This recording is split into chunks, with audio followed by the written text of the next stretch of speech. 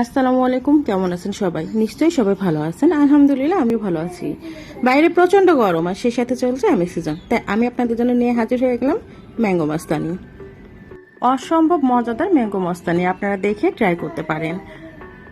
এই ম্যাঙ্গো মাস্তানির জন্য আপনি আপনার পছন্দের মতো দুটি গ্লাস নিয়ে নেবেন। ডেকোরেশনের জন্য যেমনটা পছন্দ তেমন নেবেন। এখানে কোনো গ্লাসের জন্য স্বাদের হেরফের হবে না। তো প্রথমে আমি নিয়ে নিচ্ছি 10-12 টুকরা করে পুদিনা পাতা। পুদিনা পাতা আজকাল সবার ঘরেই থাকে। পুদিনা পাতা নেওয়া হয়ে গেলে আমি এখানে নিয়ে নিব কয়েক টুকরো করে লেবু।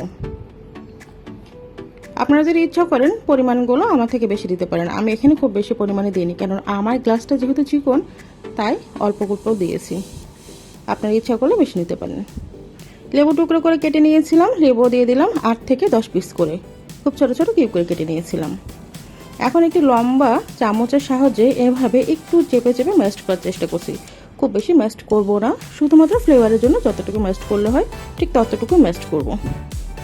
ম্যাশ করা হয়ে গেলে আম কিউব করে কেটে রেখেছিলাম, এগুলো এখন আমি দিয়ে দিব।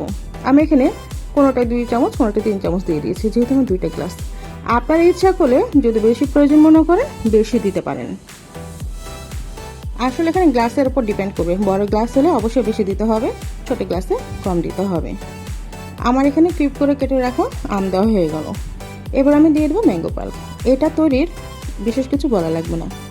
2-3টা আম একবার পানি ছাড়া বিচিটা বাদ দিয়ে ব্লেন্ডারে দিয়ে ব্লেন্ড করে নিলেই হয়ে গেল। এর থেকে আর বেশি কিছু লাগে না। ম্যাঙ্গো পাল্প দেওয়া হয়ে গেছে। এখন আমি এখানে দিয়ে দেবো স্প্রাইট। আপনারা অনেকে স্প্রাইটের বদলে সোডা দিলেও পারেন। আমার ঘরে স্প্রাইট ছিল তাই আমি স্প্রাইট দিচ্ছি। মেন কথা এখানে সাদা কালার ড্রিঙ্কসটা দিলেই ভালো লাগে, অন্য কোনো কালার দিলে ভালো যায় না। তো দেওয়া হয়ে গেলো আমার এইখানে। তো আরেকটা গ্লাসে মনে হলো যে একটু কম আছে, তাই আমি গ্লাসটাতে আরেকটু দিয়ে দিলাম। দেখতে অসম্ভব সুন্দর লাগে, খেতেও খুব মজাদার। বিশেষ করে খুব গরমে এই ড্রিঙ্কসটা অনেক বেশি রিফ্রেশমেন্ট দেয়। তো লম্বা চামচের গোড়া দিয়ে আমি খুব ভালোভাবে এটা ঘুটে নিচ্ছি। ফ্লেভারগুলো সব কিছুতে খুব ভালোভাবে মিশে যাচ্ছে। তো 2টা গ্লাসে একটার পর একটা আমি এভাবে মিশিয়ে নিচ্ছি, খুব ভালোভাবে মিশিয়ে নিচ্ছি যেন সবগুলো ভালোভাবে মিশে যায়। আসলে এখানে মিশানোর পরে অনেকটা ডিপেন্ড করে। পাতাগুলো উপর থেকে নিচে, নিচ থেকে উপরে হয়, ভালো লাগে, দেখতেও ভালো লাগে, খেতেও ভালো লাগে। যেহেতু গরম অবশ্যই আমাকে আইস কিউব ব্যবহার করতে হবে। যেহেতু ড্রিঙ্কসটা তৈরি করছি ঠান্ডার জন্য, তাই দিয়ে দিলাম 5-6 টুকরো করে আইস কিউব।